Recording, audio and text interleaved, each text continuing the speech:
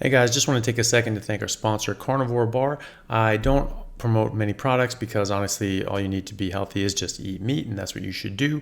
But if you're hiking or road tripping or stuck at work and you want something nutritious that is just meat, fat, and possibly salt if you want it, the Carnivore Bar is a great option. I like this product not only because it is pure meat, but also because I really want the carnivore market to thrive as well. The more we support meat only products, the more people will make meat only products, and this will bring this into the mainstream. So if this sounds like something you'd like to check out, then take a look and use my discount code HTC to get 10% off, which also applies to subscriptions, giving you 25% off total. All right. Thanks, guys. Hello and welcome to the To Carnivore podcast. We're joined again by Dr. Chaffee, Dr. Anthony Chaffee, the plant-free MD. Dr. Chaffee, welcome. Yeah, thank you very much. Good to see you. Likewise. And we've also got Joey Penfold, known as Carnivore Joe on Instagram here. Joe, welcome. Thank you. Thank you for inviting me to be here. Our pleasure. So Dr. Chaffee and I know Joe really quite well because he was part of our Carnivore Challenge for a few months. And Joe has had a lot of success, but he's also a big personality and was good at firing everybody up, keeping the troops on track. And he's into the X3 as well. So it's going to be great to dig into Joe's carnivore story. So Joe, do you want to kick off with explaining how you came to be a carnivore? It really kind of started, I've been on carnivore now for just a little over a year. So January was my anniversary to nice. That.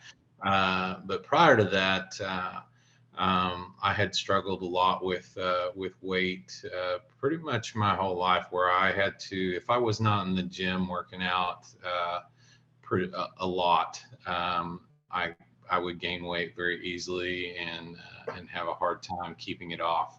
I have a degenerative arthritis and a lot of joints. I have a fused left ankle and arthritic joints, my knee, both my knees, my hip, my back, all my vertebrae in my neck from an fairly early age, and which made moving around pretty difficult. To do the type of exercises that I felt like I had to do in order to be able to keep the weight off, and pretty much spiraled to the point where I got over a year ago. Had gotten to my heaviest that I'd ever been, which was over 400 pounds, and I just I got tired of the doctor telling me that I was killing myself. I'm gonna die. I had type 2 diabetes, high blood pressure. I was on the maximum dosage of blood pressure medication that he could give me, and it still was uncontrolled. Low testosterone, but anytime they would give me erogenous testosterone in order to correct that, my blood pressure would spike even higher. Just all kinds of medical problems, and as I mentioned before, the arthritic condition. And I had prior success with Atkins and ketogenic type diets, low carbohydrate diets. So that's where I kind of scratched the surface there. And about a year ago, I started digging a little bit, and I was like, there's got to be more to this. And then, actually, to be honest with you, I ran onto one of your podcasts with Dr. Chaffee, and then dug a little deeper and seen some videos from Sean Baker, Ken Berry, Steak and Butter Gal, Bella.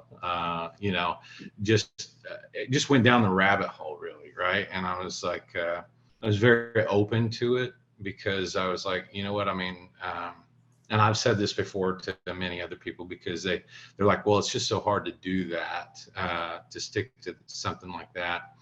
And it was just, it was mental for me. I had made all the excuses in the world. My family is skinny.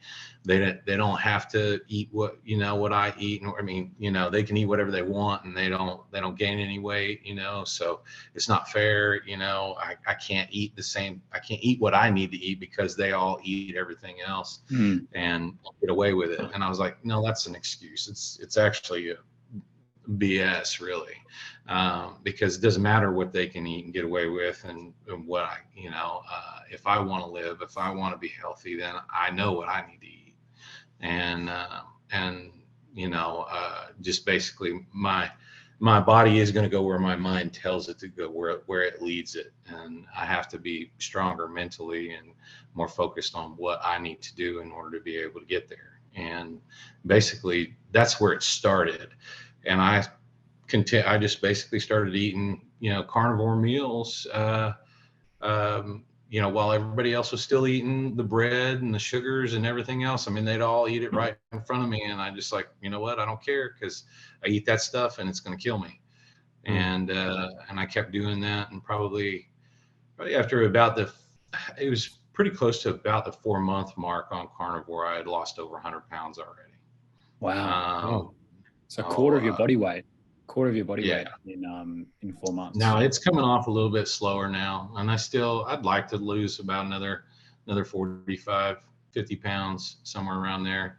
But I feel amazing. A lot of people ask me, they say, how do you feel on it, and how does it work? And I always tell them, so, I'm going to be, this is my last year in my 40s. I'll be 49 in a few months. And I actually feel better than I did when I was in my 20s. So awesome.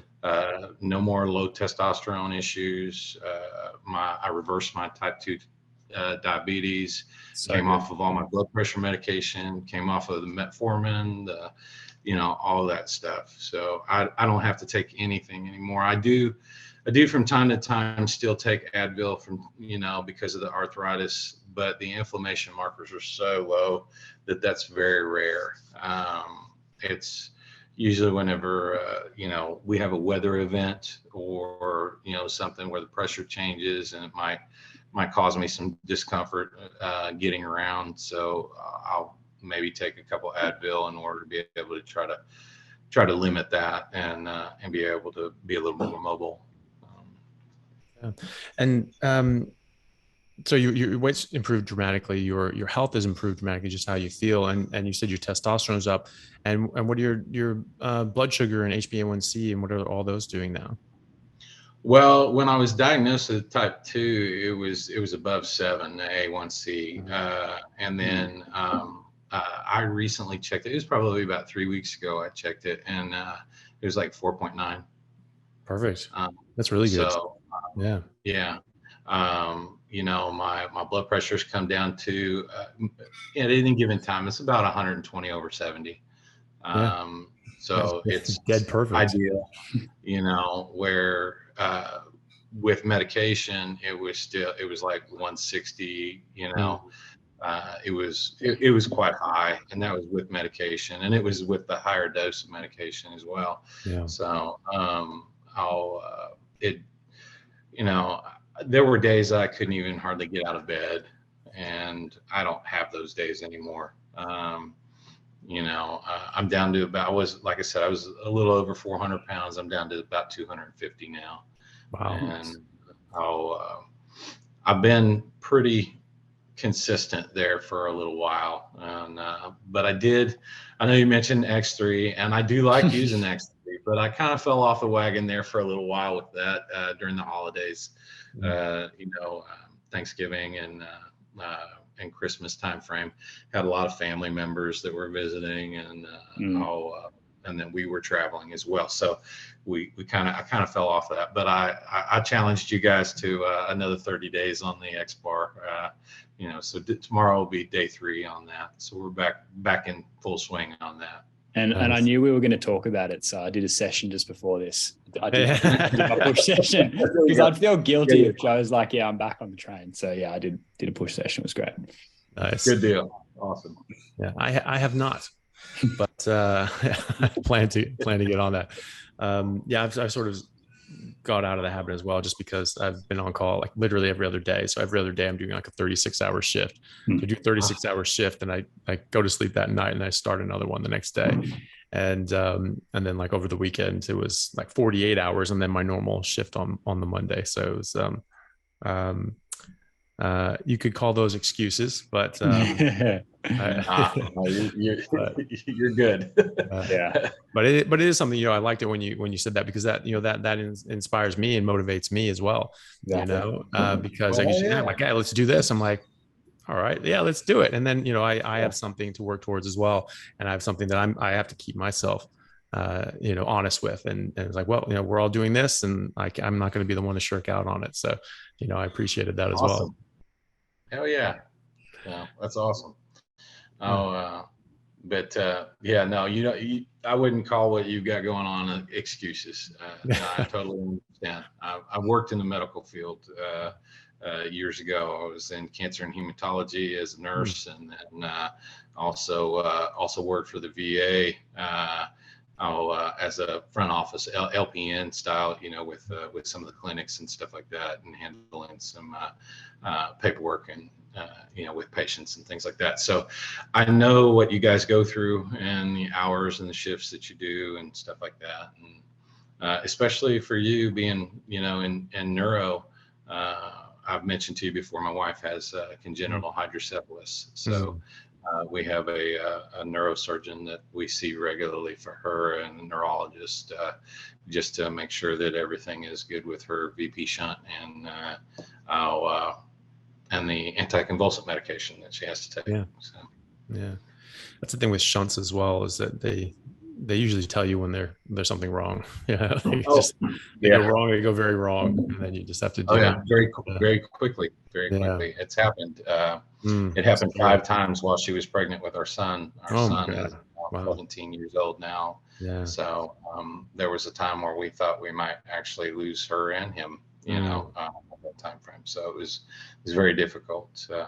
Yeah. Well, I'm very glad that that was it. They were able to help. So that's good. Yes. Yeah. So. Yeah. Well, good. Well, that's great. I mean, you made massive improvements. You said all these other people are eating just all the other things.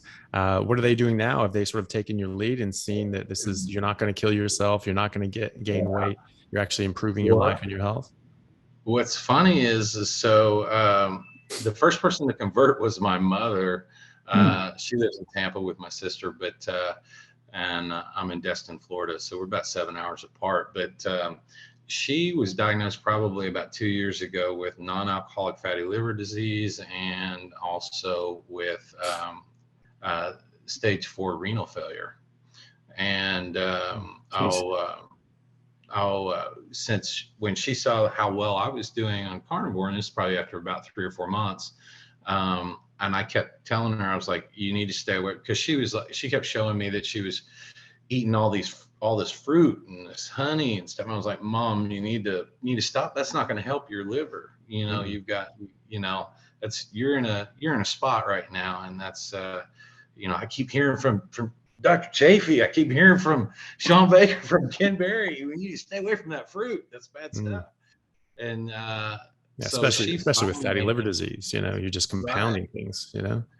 So she actually quit and started eating a meat-based diet, and then as she actually saw improvement, the sores that were on her skin from having from renal failure went away, and the next time she went in for her labs, her kidney labs came back normal, and that was awesome. I think that was within 2 months. Wow, that's crazy. Yeah, I bet her nephrologist was freaking out, you know, because like it's like, did we get this diagnosis wrong? You know, so that was her story, and she's lost a few pounds, but not anything really dramatic like my change was. Is she strict carnivore? I don't know, because I'm not there with her all the time. I mean, she sends me pictures of, you know, lunch with steak or, you know, eggs or whatever it is. And I think she's pretty much on there, but my sister is not. And my sister's husband is not as well. So living in a house with other people that are not, not following it, I would suspect that she occasionally partakes in some other things. But she's doing better, and you know, like I said, doesn't have the issues with her liver or with her kidneys anymore, all of her arthritic condition. She was telling me how she could barely make it up the flight of stairs in the house before, and now she goes up and down all day long without any issue at all. And she's in her 60s, so, but then my son, so he dropped probably about 75 pounds on carnivore. So he switched to carnivore, and he dropped about 75 pounds in about 2 to 3 months. And, I had acne issues. All of that went away. Grades in school improved. Love that. Confidence level went through the roof. I mean, he totally changed, right? Yeah, so he was this little gamer kid that didn't want to do anything. And then now he's interacting socially with other children, other kids his age, and wanting to do things, and get involved in sports. I mean, it changed him dramatically. And now we've got a membership, both of us, at Gold's Gym, and he goes up there regularly to work out, and I'll go with him sometimes. Most of the time I use the X3, because I started throwing around some free weights early on, and I end up hurting my arm, so I just like the bands a whole lot better, because it's a little, I get a good workout in, and I don't have to worry about hurting myself with the free weights, and stuff. So I stick with that, and I think that helps with my joints as well. So yeah. The other person that switched over was my wife. She switched to a carnivore diet, and she's now able to cut her anticonvulsant medication in half. Wow. She started having, so she switched carnivore and was feeling better. And actually, she went from 24 plus years of marriage and 2 kids, and now she's back down to what her high school weight was. Wow. Nice. 113 pounds now. Nice. Is what she's at. So, and she's loving it, right? Yeah. And then she started experiencing some symptoms from the medication that she was taking. It just suddenly started as a result, some tingling in her hands, and then also some hearing loss because of the carbamazepine that she was taking. And so we had determined that might be a result of the ketogenic diet, that she was no longer requiring as much medication anymore. And since lowering the medication, the symptoms have subsided, and she's feeling a whole lot better now. So that's great. My daughter is the hard one to win over, because she is a sugar addict. She's very thin, and she feels like she can eat whatever she wants and doesn't have to worry about it. However, she did have a little bit of a wake-up call the other day when I did an A1C for her. And I said, you're not pre-diabetic yet, but you're getting there. I think hers was like 5.6, something like that. So for her, I mean, she probably weighs about. I told her, I said, you're still technically in what they consider normal, but you're on the upper side of normal. And if you don't want to have these same kind of issues later in life, you probably should start cutting back a little bit on that stuff. And she will, from time to time, she'll say, I'm going to switch to carnivore. I'm going to do that. And she'll do it for about 2 hours. And then she's got to go have her Starbucks caramel macchiato or whatever it is that she has, just sugar bombs, liquid sugar bombs, drugs. They get you. Yep. Exactly. Yeah, sugar and caffeine. I'm still working on it. Yeah. Well, look, I mean, you're setting a great example, and the people around her are getting better visibly. She has it in her head. She knows that, this sort of stuff is going to catch up with her in the end. And, it's just, that's how you do. You just slowly work away at it, and you don't push too hard, because they'll automatically push back. And, but you can always try things like, hey, why don't you try it for a month, and why don't we'll have some sort of reward system at the end of this. You do this, after a month, if you stick to it, we'll do this or something like that. Or and you can always control what's in the house as well, and just if she's there, there's no other options apart from what you want. And if she wants to go out and get something, she has to go out and get something, and it just makes that a bit more of a normal thing and a normal environment for her to be in, and then just sort of starts feeling better and seeing the contrast. And then you just slowly wear her down like a rock at the beach, just waves crashing in and just get her eventually. We kind of do that now. She knows not to call me and ask, like if I'm going to the store, she knows not to call me and ask me to buy anything.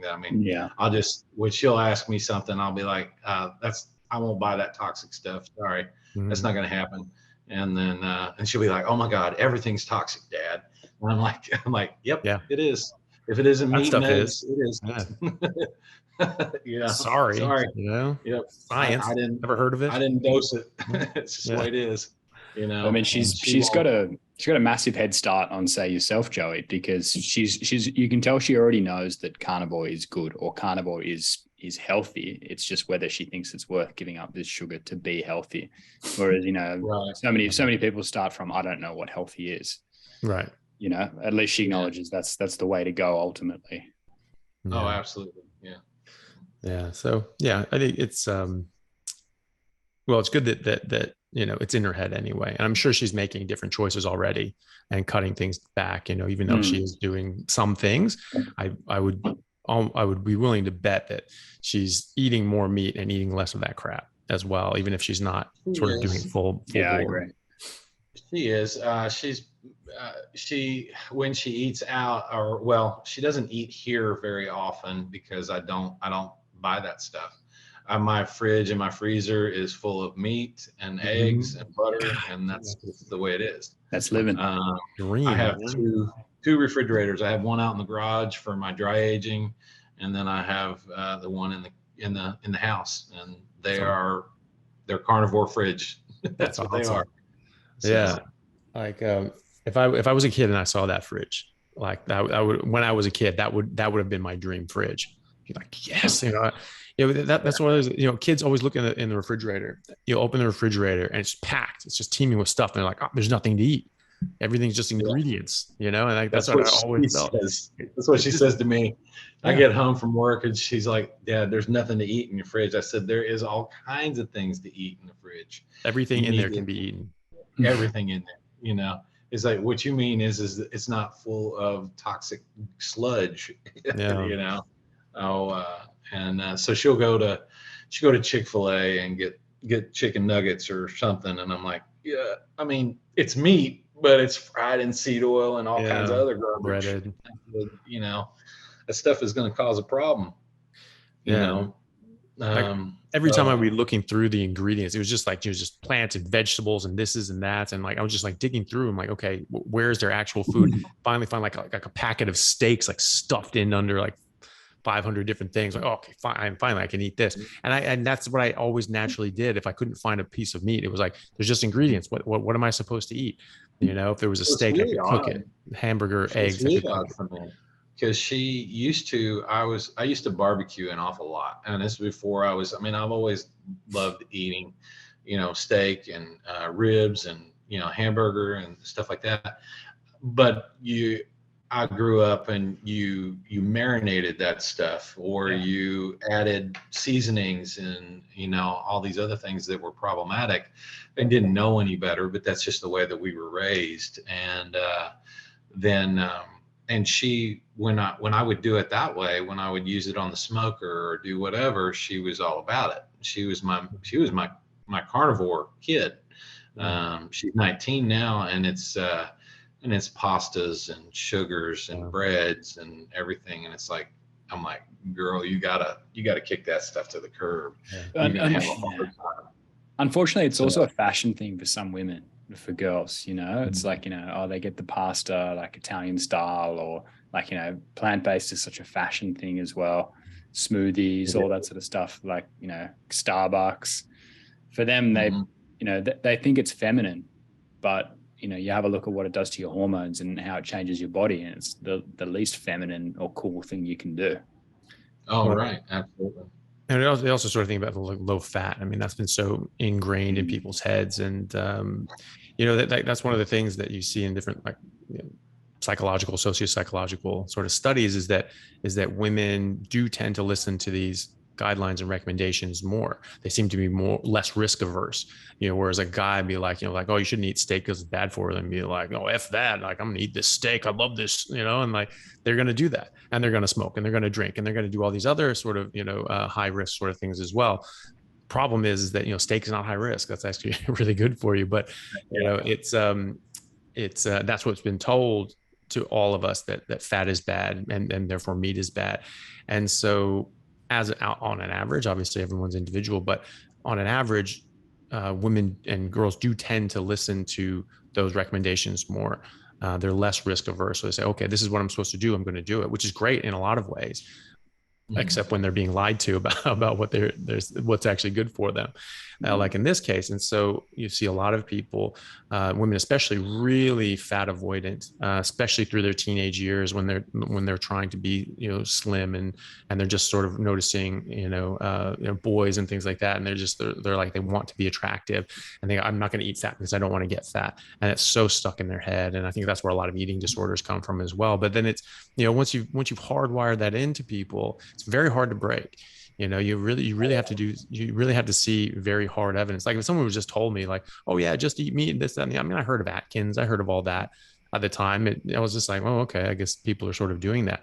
What changed me was when I saw just like hard evidence, like this stuff is toxic, this has poisons, this has hundreds of carcinogens in it. I'm like, screw that. I'm not touching that sort of stuff, And so I needed a hard reason to radically change what I was doing too, because I was taught that this is just how you eat. And even then I was still sort of eating lower fat sort of stuff.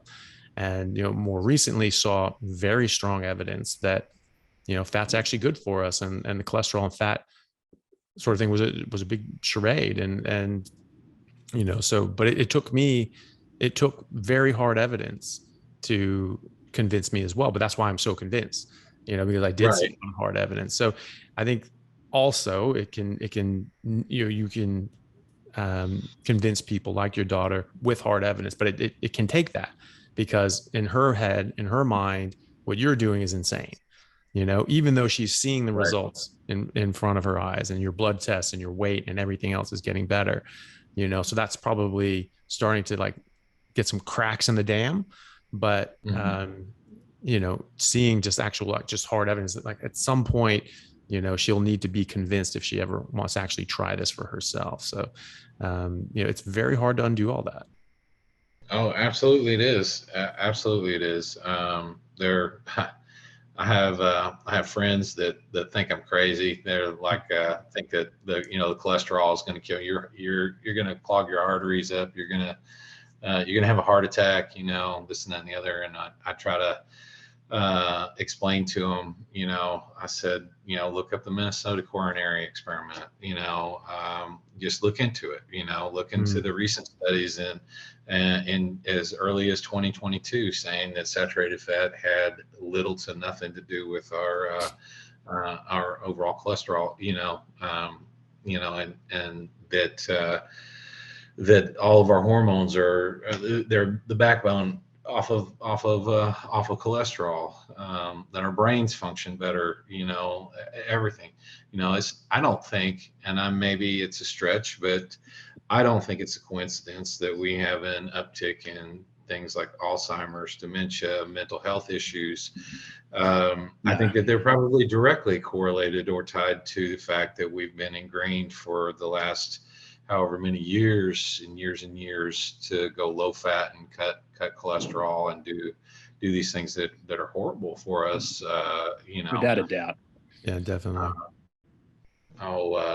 I think that it's probably has a lot to do with the cancers and things like that we deal with too. The seed oils, the sugars, the inflammation in our bodies. I've read I love it when you interview the doctors that have the books and stuff like that, because I'll buy them and I'll read them. learn more about them. The Professor Seyfried, about the cancer being fermentation, and then the depleted deuterium, and stuff. And which, by the way, you had mentioned on one of my Instagram posts about that, about how it made me feel. And I'm on a regular subscription with them. That's that for Lightwater. They deliver it every now and then, and we do a little purge basically, and do it. And I actually do feel a difference in the way that I feel after drinking about 2 liters of that. I just feel, it's not like I have a whole bunch of I don't know. It just, where I should have been really tired, I wasn't. It wasn't that I couldn't go to sleep or that I had ungobs amount of energy or anything like that, but I just wasn't tired. I just wanted to keep doing whatever it was I was doing at the time, which I think was reading. And I was like, I usually reading a book puts me to sleep. To be honest with you, I never really liked reading books.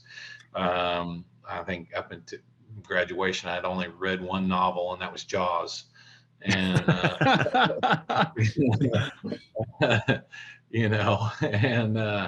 and since being carnivore, I've read several books. I think that it has a lot to do with mental clarity and just opening up my horizons. I recently bought a guitar and decided I was going to learn how to play Les Paul, and have picked up on that. And my son wanted to learn how to play too, so he got a bass guitar for Christmas, and we're practicing and playing together on that. And Joe's becoming the Renaissance man. He's going to be doing he's going to put some watercolor painting. He's going to be writing poetry soon. Don't tempt me. I probably will. No, I've always been like, I always joke, I'm Jack of all trades, master of none, right? I graduated from high school, went into the Navy. When I got out of the Navy, I got into trade school and became an iron worker. I put together superstructures for buildings, welding and carrying around a lot of iron, heavy iron, and working on bridge decks and stuff like that. Then when I got out of that, I went and worked my way up from a bagger to being a manager of a grocery store and retail. And about every 3 years, I have to hit the reset button and learn a new trade, apparently. I've been a truck driver. I've been a chief of police. I've been a nurse. I went to school, got my degree for that, then got bored with that after about 3 years, went back to school, got my post certification for being a sheriff and stuff like that. So it's ingrained in me. I have to constantly be challenged. Nice. When I was sedentary and wasn't able to move around much because of the pain and inflammation that I was in and the weight that I was, it really was depressing for me. And I had a lot of depression and anxiety, and couldn't be around a lot of people, PTSD, in large crowds and things like that. And since losing the weight and being able to move around and everything, all of that stuff, ever since I started eating steak, it's all gotten better. So since you started eating the only thing you wanted to eat anyway, it's for me anyway, what I'm supposed to eat, right? Yeah, exactly. So, but Joe, you said carnivore saved your life. Is that is that legit? Do you want to expand on that? No, that's absolutely legit. Like I said, over 400 pounds, diabetic, sedentary, not able to move around. Yeah. When I did get up and walk around, probably about the maximum that I could get in was about 2,000 steps in a day, and that was the max. And then if I did that, I couldn't walk the next day. That's how bad it was, the pain, the inflammation, and everything else. And I was, at one point I was very, very depressed, and and stuff. Never, um, I don't want to say never ever considered, taking my own life, because that did happen at a point in my life. But later, when my children were around, then it was, I knew that, from what I had learned previously in the medical field and with depression and anxiety and suicidal behavior, was that children of parents that commit suicide are more likely to commit suicide than themselves. And then um, I could never envision what I would put my family through, and then it kept going back to that is a permanent solution to a temporary problem. And if it's a temporary problem, then I need to get off my ass and do something about it. Wow. Well, that's a great insight. And I'm glad that you came by it, because not everybody has that realization, unfortunately, or at least not in time.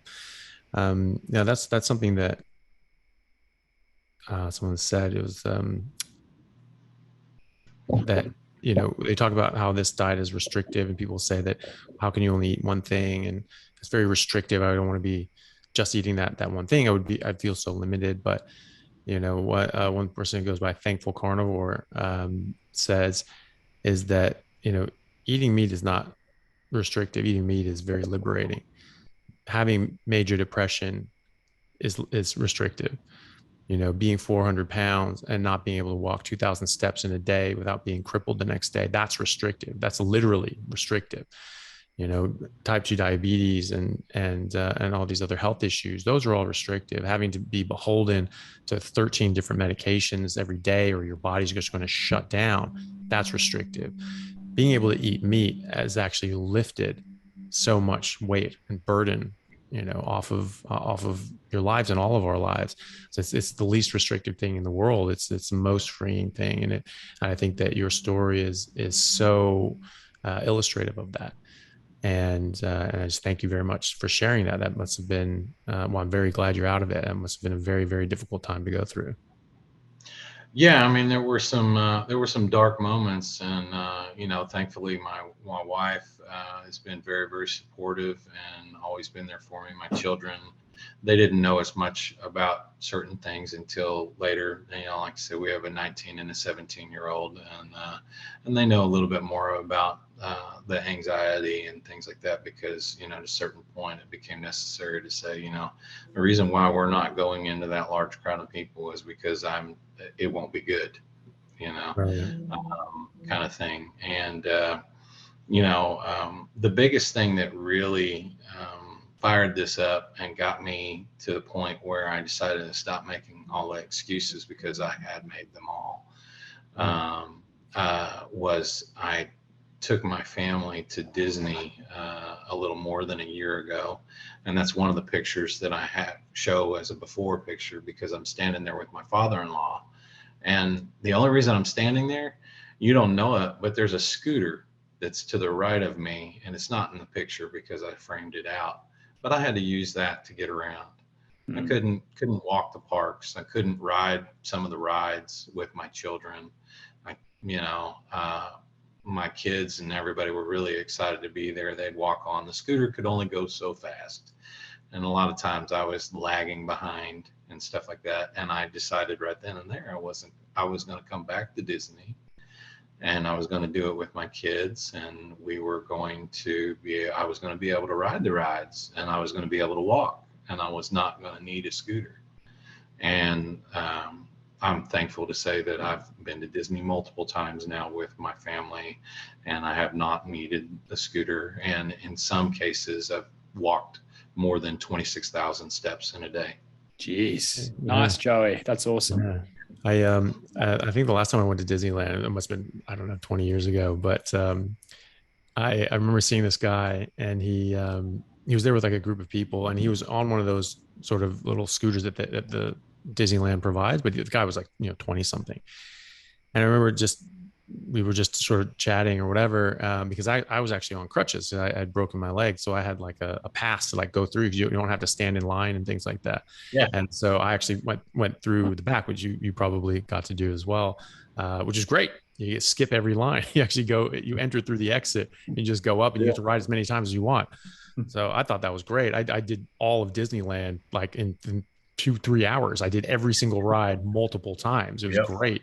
Whereas normally you're waiting an hour just to get on one of these things. And Magic Mountain didn't do that. That bummed me out, because I love the rides on Magic Mountain like more, but they didn't let you do that. But I met this kid, and he was saying, and he had one of those scooter things. I was like talking to him. I was like, oh, what happened to you? He's like, no, I just didn't want to walk all this way. I was just sort of just tired. So I just asked for a scooter, and they just gave me this pass, thinking that I was disabled. So I was like, fine, I'll take it. So he was just rolling his scooter around because he was just lazy, just wasn't feeling like walking. And he had like 7 people he was with, and he was just riding a scooter, and he just wouldn't walk. It's kind of funny, but he ended up getting the skip the line pass as well. So it ended up working out for him. So everyone knows. I just ruined it for everyone. Yeah. Now there's going to be a queue out the door for the mobility scooters. Oh, there's going to be this bunch of people going, "Oh, you're just lazy now." You're lazy. Or just everyone's going to figure it out, and I'll get the skip the line pass, and just bring crutches to. Well, when that happens, then the standby line will go down, right? You'll be able to go into the standby line and get by. Yeah. Or they just ruin it for everyone. They're like, "You're a liar." I want to see your X-rays. I want to see that broken bone. I want to see the broken bone. Yeah. So, but no, yeah, we had a disability access in order to be able to not have to stand for very long. But the way they had it set up was that it was basically a virtual queue. So we would sign it. We would go on the app and say that we wanted to do it at whatever time. And then we couldn't return before that time to ride the ride. And so we would probably, we technically would still wait the hour or 2 hours or whatever it is. But when we would show up, we'd only have to wait like 5 minutes, and then we'd get on the ride. So, but they adjust it periodically. That may go away at some point, and they'll replace it with something new. But I got to ride several of the rides and enjoyed that. I rode all the roller coasters with my kids, and one in particular, I guess, was the Avatar ride, Flight of Passage. The first time I tried to ride that, they kind of lock you. It's kind of like a motorcycle that you're sitting on in a way, and they lock you in by putting this back brace up there. But I was too fat for it to lock into place. And when they tried to push it into place, it cracked my back. Ugh. And they were like, I was like, yeah, this isn't going to work. And so I had to get off and let my kids ride without me. And that was a big moment for me. I was like, I want to ride this ride, and I want to ride it with my kids. So I went back and I guess it was 2 months later after doing Carnivore, and I was able to ride it, and I enjoyed it, and it was great. And, nice. Every ride since then has been getting better and better because I'm getting smaller and smaller. Yeah. So, that's great, man. Nice, Joe. Yeah, sometimes you need to hit rock bottom, right? It sounds like that was it for you. Yeah, that was my rock bottom. I know there's people that get lower than that and whatnot. And I know there's a lot of people out there that, they still need to hear the message, about it. And that's one of the reasons why I try to talk to as many people about it as I can, and try to motivate people, even in my family, about it. One of the things that I said to my father-in-law recently was because he asked me, he's like, well, what about bread? What about this? What about that? And I said, well, nature is natural, and mankind is the only animal on earth that's confused about what it needs to eat. I said, seriously. I mean, I know it's cliche to say nature is natural, but elephant's not confused about what it needs to eat, there is no other creature on earth that's confused about it.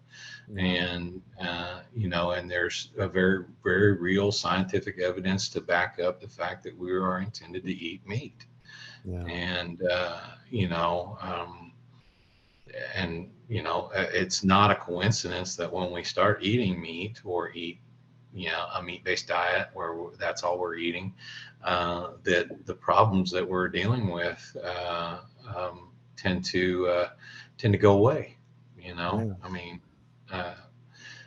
one of the things. Well, sorry, go ahead. No, go on. What I was going to say is one of the things that I heard from an instructor when I was in school for MA was for medical assistant was that she wanted to know what we thought about cancer and why everybody. When I was a kid growing up, you might run into somebody that did not have cancer touch their family. As I got into high school, that was not the case. Everyone knew someone and it had touched their family in some way or another. And then by the time I got into college, they were like, why is it that cancer is so prevalent? And she made a comment. She said, we're either doing it to ourselves or it's in our environment. And makes sense. And that's it. We're either doing it to ourselves or it's in our environment. And I'm going to go with, we do it to ourselves. Yeah. Well, when we make our environment, we're making our environment worse, and, but it is environmental, right? I mean, it can't be genetic, right? Right. Genetic factors in it make you more or less susceptible, but the cancer rates since 1980 have tripled. Mm-hmm. Okay. That's not genetic, like anyone who studies population genetics, who has ever actually taken college genetics would understand that, and that's when you look at the equations for population genetics, like you see, unless you have some sort of crazy mass extinction or, the Mongol horde comes in and just wipes out and ravages and it rapes and pillages the whole area, you can't actually change, the genes and alleles by any significant degree. The percentage continues to stay the same despite the growth or shrinkage of the population, right? So you get more population, you'll get more, you'll get more in total, but as a percentage, it'll be the same, right? But that's not what we're seeing. We're seeing, a tripling of the rate of cancer, not just the total numbers of cancer, so and people say, oh, well, we're screening earlier, so we're catching it. Like, right. Okay. So yeah, we're catching cancer. So it's not turning into like, full blown stage 4 cancer. Like, do you think that just we catch it early and if we didn't catch it early, it would just go away on its own? Like, no, it's going to get worse. People just don't think. So, well, what we're doing screening is we're catching things. So there's just more numbers because we catch them. Like, same numbers. It's just we're getting them early, before they're easily before they're, it's noticeable that they have this. But if you don't touch it, if you don't treat it, then it just gets worse, right? Right. Metastasize and goes all over the place, And so when you look at animals, all animals basically, they absorb and they run on fat and protein. That is what they run on, right? And so, the herbivores that can eat plants and they can turn plant material into fat and protein, they do that. Other animals can't do that, So carnivores are these animals that can't turn fiber into fat and protein because they don't have the stomachs and the rumen and the different, bacteria. I mean, they can get some of the bacteria, but they don't have the physical setup for that bacteria to eat that fiber in large enough quantities so they can actually get through it, and you can subsist on the fat that they produce, because that's what they produce. They produce saturated fat and protein when they're breaking down the fiber and then dying. That's where the protein comes from. So everything runs on fat and protein, and we don't have the ability to turn plant material into fat and protein, right? You need to turn plant material into animal material. We are animals. We need to have the building blocks for animal tissue, right? So you can eat another animal that has animal tissue, and herbivores can do this too. And you actually see herbivores do this sometimes, eating other animals. Yep. But they also have the ability to turn plants into animal tissue, and that's the whole point. You still need to turn this food substance into yourself, into animal tissue, and we don't have that ability. We simply do not have the ability to turn fiber into human animal material. We can get some things, we can make it work, but it's not great. It's not bioavailable. It's not optimal, and it comes with a lot of horrible things with it. Yeah, And bad downsides. Yeah, it's incomplete nutrition. Like you're never going to get enough nutrition. You're never going to get the proper essential nutrients just by eating plants. And so we do have to eat meat.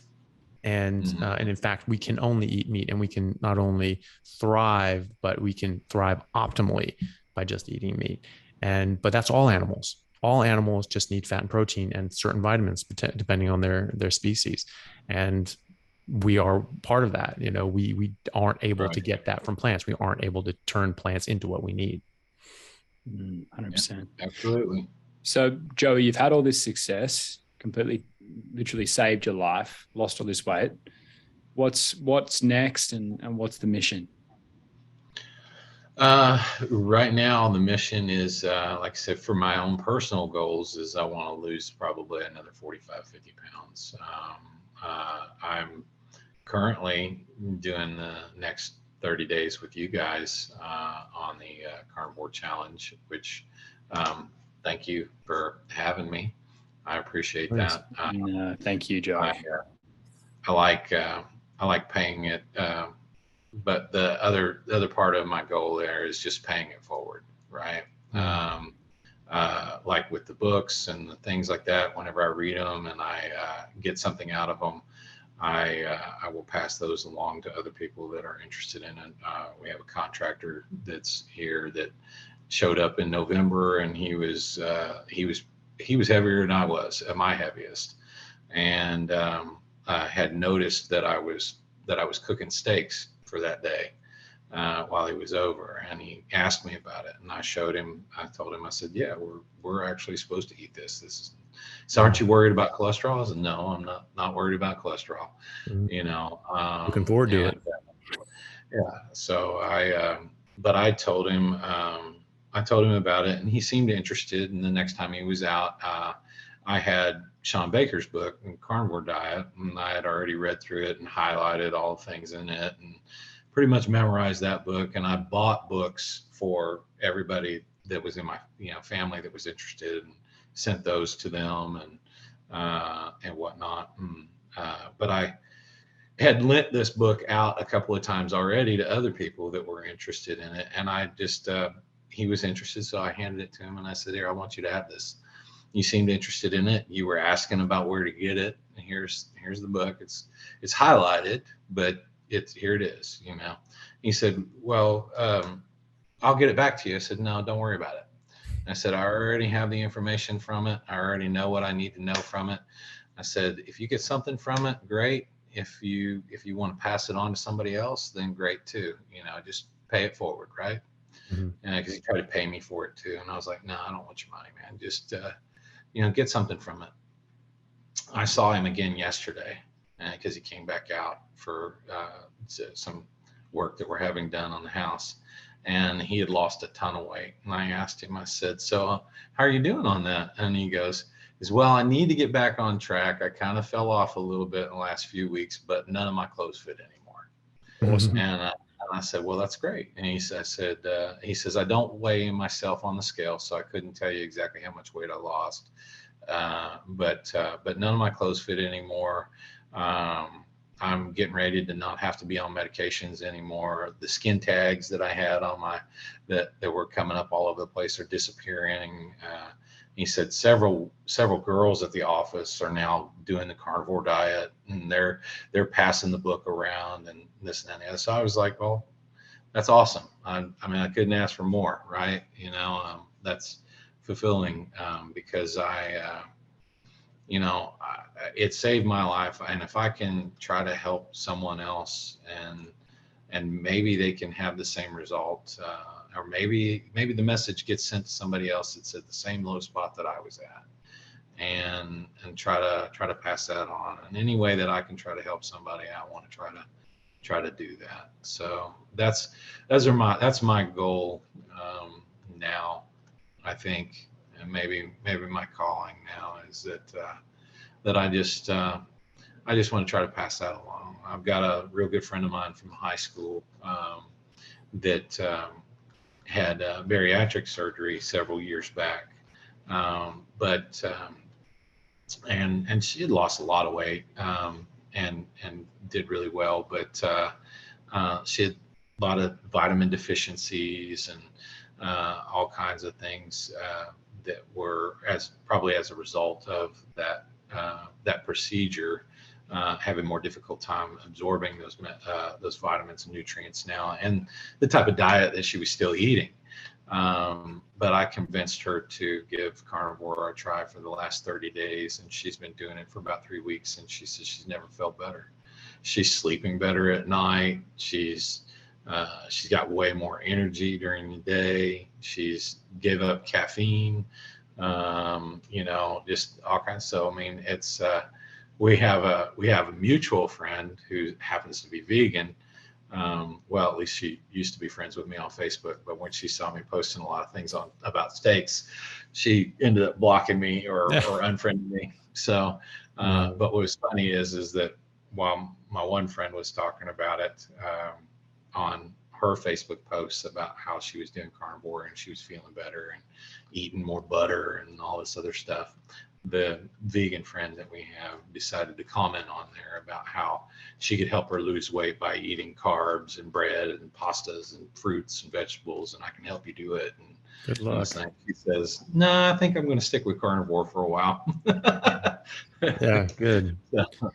What's the thing? I mean, like, yeah, you can lose weight eating anything really, but you have to do it in unhealthy ways, and you're going to be eating unhealthy things, so even if you are eating carbs and sugar and you're losing weight because you're seriously restricting calories and essentially starving yourself, is that good? Is that a good thing to do? Are you getting proper adequate nutrition? Are you getting all the nutrients you need? Are you excluding things that are harmful to you? So it's not about losing weight. It's not about, looking a certain way. It's about being healthy, and being, a moderate body fat percentage and certain body composition is a general indicator of overall health, but it actually is not one-to-one. You can get that look simply by doing what you can do that by doing things that are harmful to you. So it can be a sign of good health, but it is not necessarily good health, because you can do unhealthy things to get there, like starving yourself and eating things that are less optimal.